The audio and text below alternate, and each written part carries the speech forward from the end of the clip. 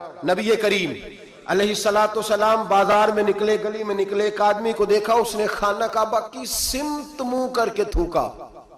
کعبے کی طرف نہیں، کعبے کی سمت کی طرف، کیونکہ کعبہ تو مکے میں ہے نا اور بات مدینے کی ہو رہی ہے. منہ کر کے تھوک دیا اور تھوک کے وہ شخص چلا گیا. آمنہ کے معصوم لال نے ارشاد فرمایا کون ہے یہ؟ حضور فلاں مسجد کا امام ہے. حضور نے فرمایا آج کے بعد نماز نہ پڑھائے، آج کے بعد نماز نہ پڑھائے. نماز مصلی پہ کھڑا ہونے لگا تو صحابہ نے کہا بھائی پیچھے ہٹ جا، تو نہیں پڑھا سکتا. اس نے کہا وجہ؟ کہنے لگے جس محبوب نے کو اللہ نے نماز دی ہے اسی رسول نے تیری امامت سے منع فرما دیا ہے. نماز والے نبی نے منع کر، تو نہیں پڑھائے گا. بھاگا حضور کے دروازے پہ، یا رسول اللہ کیا ہوا؟ فرمایا تو نے کعبے کی سمت منہ کر کے تھوکا ہے، تو نے بے ادبی کی ہے.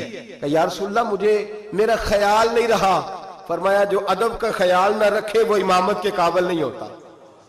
جو ادب کا خیال نہ رکھے وہ امامت کے، معافی مل گئی اسے معافی، لیکن امامت کی اجازت، جو کعبے کی بے ادبی کرے وہ امامت کے قابل نہیں.